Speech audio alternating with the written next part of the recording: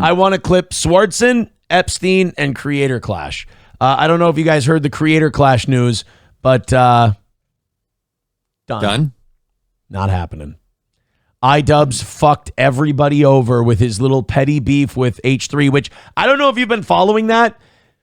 I've never seen someone start the high-profile super influencer beef and, like, surprise attack the other party and lose so quickly and so badly.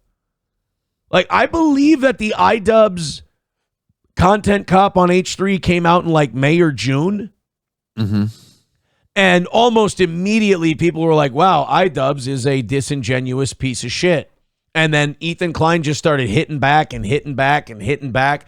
And he was knocking out Idubbz and Hassan Piker and Denims and Frogan, all these different people. And Ethan Klein is just torching YouTube with a fucking flamethrower. I mean, just smoking people to the point where Idubbz has to give up his interest in Creator Clash. And we found out that he and his cunt wife Anisa were actually taking money from that before like there were profits or anything else. And then like all these underlings of Hassan Piker start leaving themselves wide open and Ethan sues them. And like, to me, like, this is crazy to me. Fuck it. Let's just start with this today. So, okay.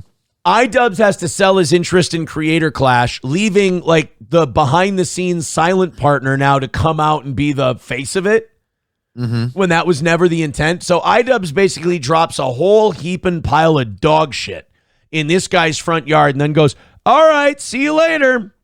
So this guy tries to salvage the event after Idubbz turned it into fucking Israel and Palestine. And so they postponed the event first. And they said, all right, we're going to move it from June to October. We're going to get this whole thing straightened out, and then we'll have the event. Well, people kept dropping off. Harley Mornstein from Epic Mealtime was not happy that this became a, Jew-Muslim thing, apparently. He's also a good friend of Ethan Klein, so of course. And so he said, I'm fucking out.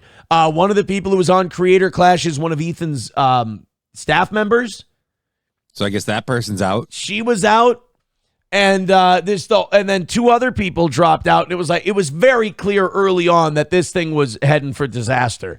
Well, yesterday, the decision was officially made by Creator Clash on Twitter. We've made the difficult decision to cancel Creator Clash. All existing pay-per-view ticket holders will receive refunds automatically. No action is required. While the event won't go ahead as planned, all funds raised so far will still be donated to charity, and our fundraising efforts will continue in the months ahead. Thank you to all the fighters for their hard work and dedication, and to everyone who supported us over the years. We appreciate you. Thank you, the Creator Clash team. So, I mean, again, Idubbz just drops this red bag of shit right in their yard, walks away from it, and the whole thing is destroyed. Ooh. How do you fuck up YouTube people wanting to beat each other up? Like, how do you fuck that? I'll tell you how they fucked it up. They started throwing these giant parties, and they were flying in influencers who had nothing to do with the boxing event.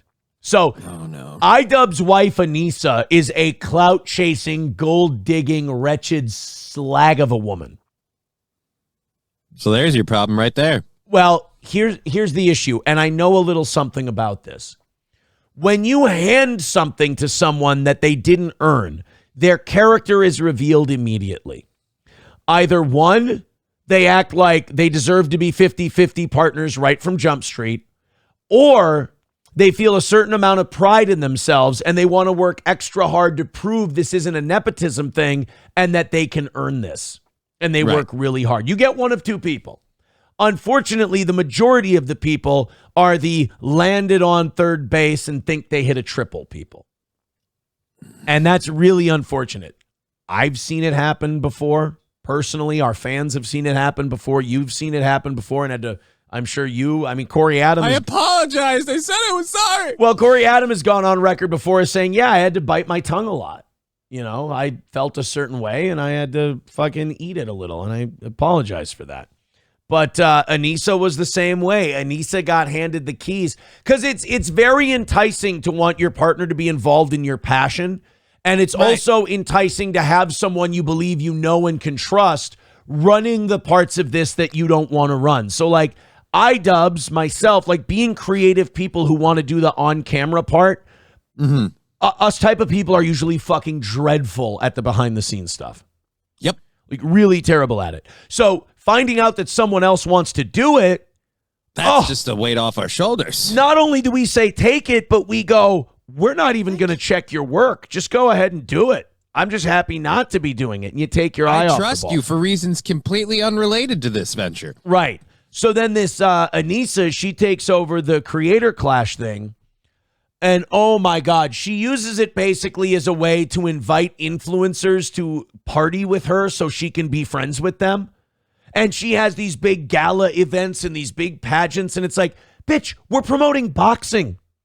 Do you know how to promote? Here's the easy way to promote boxing, right? You get these YouTubers together and you have the big event where, you know, you have the tables and the press conference thing, and you give them all microphones and they talk shit on each other.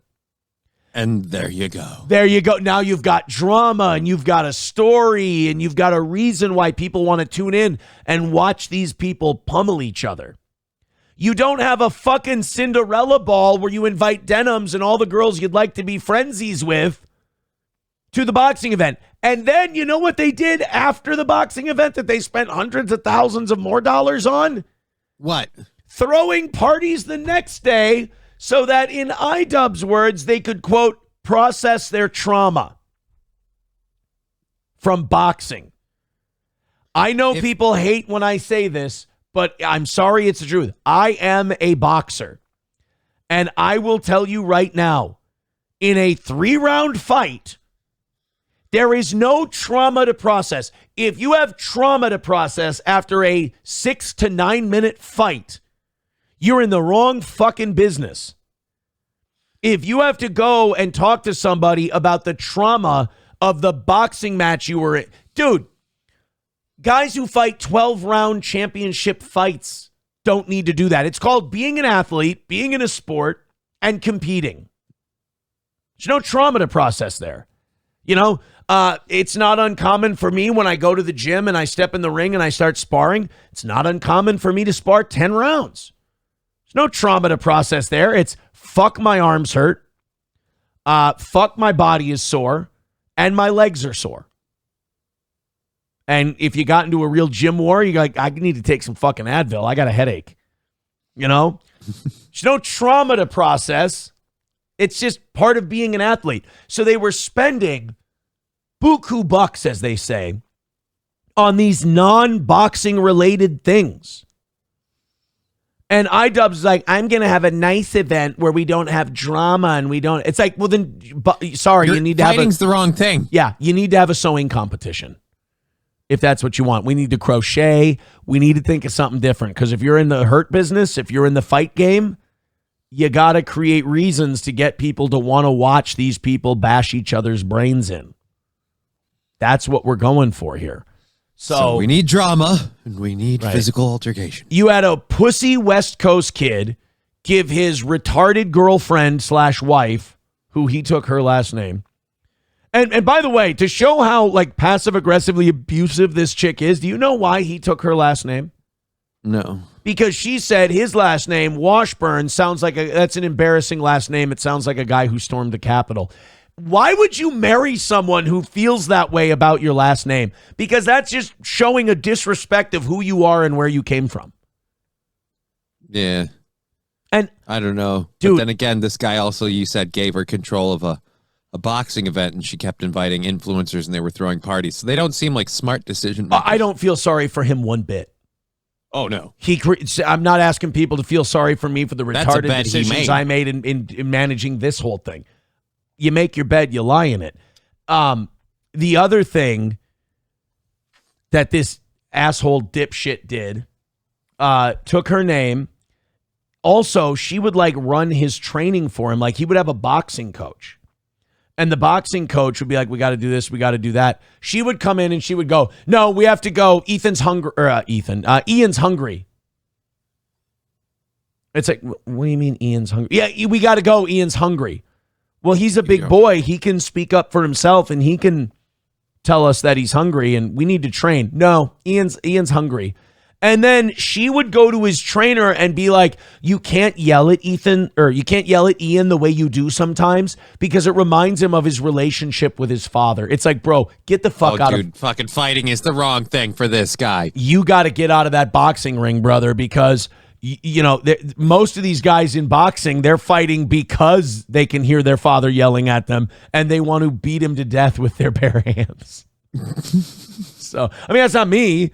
But like some people, you know. I don't know that he could handle even Super Smash Bros. Competitions. I feel like those might be a little too much for you. Right. This is the kind of thing you bring into this. Dude, D&D or Magic the Gathering might, you know, put him over there. We have to leave this card game. Ian's hungry. So it's, so Creator Clash is done. Creator Clash is not happening, and it's the end that event needed to see because it's fucking embarrassing the way that was handled. It's just fucking embarrassing. And now Ethan Klein is just scorched earthing everybody. Like he's suing Frogan and Denims and Casey Tron because, and by the way, he's suing them because he should, because they took his content nuke on Hassan Piker, and when it debuted, all of these women just played it on their channel. They didn't comment. They would leave the room for periods of time, and they would say on their stream, thanks for watching it here and not giving him any money. If you like that we did that, subscribe to our channel, give us a Prime subscription, blah, blah. Like they were using it to make money with the stated goal of denying him money. It is... off of his content. That's a big no-no. Yeah.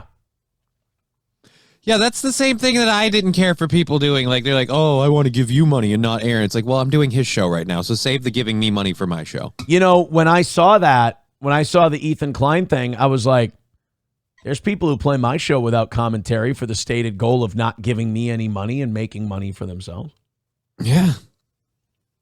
They should really think about that. How lucky they are that hasn't bit them in the ass. Here's the problem, though. Like, to sue somebody... takes a lot. You've got to be willing to pay a fuckload of money. And the reason being, for someone to take something on contingency, it has to be an easy case with assured gains and gains that would make it worth your while. Like 5-10 grand, good luck. You know, they're just not going to put in the work for that. There's an accent that kind of came out when you said that. That was weird. Was it a little 5-10 grand? Good luck. Was it a little Israeli? Kind of Al Pacino'd a bit. Good luck getting your money.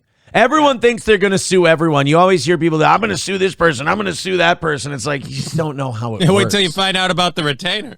Yeah, you just don't know how it works, man. I'm sorry. You're out of your depth, so to speak. Ethan Klein admitted, he's like, look, I like burning my money. I like setting it on fire. And I like creating, generational wealth for my attorney's family.